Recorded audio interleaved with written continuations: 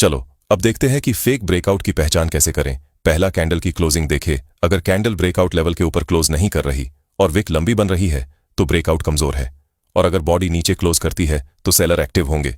दूसरा, वॉल्यूम देखें। Real breakout में वॉल्यूम बहुत ज्यादा बढ़ता है। फेक ब्रेकआउट वॉल्यूम के बिना भी हो सकता है। प्राइस ऊपर लेकिन वॉल्यूम नहीं, तो ऐसे में सावधान रहे। तीसरा, रिटेस्ट का इंतजार करें। रिटेल ट्रेडर तुरंत बाय करता है, स्मार्ट ट्रेडर रिटेस्ट का इंतजार करता है।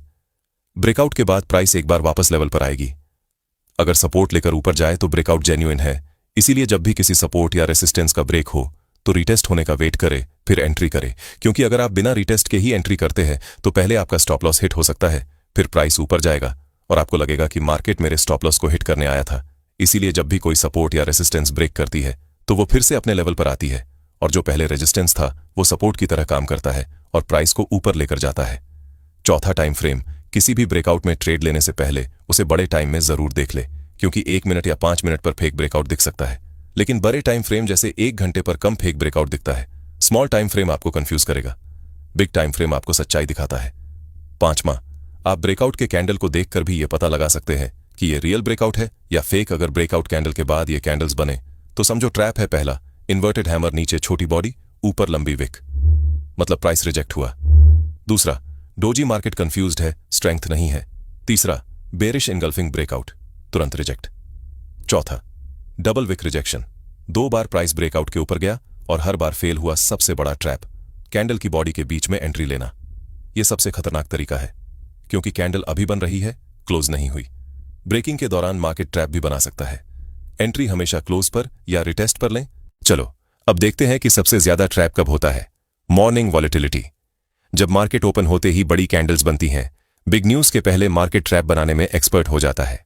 साइडवेज मार्केट में राउंड नंबर्स जैसे 20,000, 25,000 जैसे नंबरों पर रिटेल सोचता है ब्रेकआउट मतलब बाय। इंस्टीट्यूशंस सोचते हैं ब्रेकआउट मतलब लिक्विडिटी। रिटेल कैंडल देखकर एक्साइटेड हो जाता है। इंस्टीट्यूशंस कैंडल के अंदर हिडन ऑर्डर्स देखते हैं। रिटेल ट्रेडर ब्रेकआउट देखता है, इंस्टीट्यूशंस विक देखते हैं। रिटेल जल्दी एंट्री करता है, इंस्टीट्यूशंस रिटेस्ट का इंतजार करते हैं। इसलिए हर ट्रैप में रिटेल फंसता है और इंस्टीट्यूशंस प्रॉफिट में निकलते हैं। फेक ब्रेकआउट का सबसे बड़ा प्रूफ, वी शेप्ड रिवर्सल। अगर प्राइस ब्रेकआउट देने के बाद तेजी से उल्टी डायरेक्शन में आ जाए, यानी वी शेप रिवर्सल बना दे, तो ब्रेकआउट कंप्लीट ट्रैप था। वी शेप रिवर्सल कभी भी जेन्युइन ब्रेकआउट में नहीं आता। चलो अब देखते हैं कि फेक ब्रेकआउट के दौरान स्टॉप लॉस हंटिंग कैसे होता है। रिटेल ट्रेडर ब्रेकआउट के ठीक ऊपर स्टॉप लॉस रखता है। बिग प्लेयर्स एसएल जोन्स को हिट करवाते हैं, फिर प्राइस को ऊपर ले जाते हैं।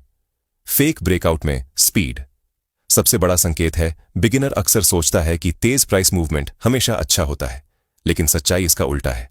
फेक ब्रेकआउट में प्राइस बहुत तेज भागता है, क्योंकि बिग प्लेयर्स चाहते हैं कि रिटेल ट्रेडर जल्दी एक्साइटेड हो जाए और बिना सोचे एंट्री कर ले।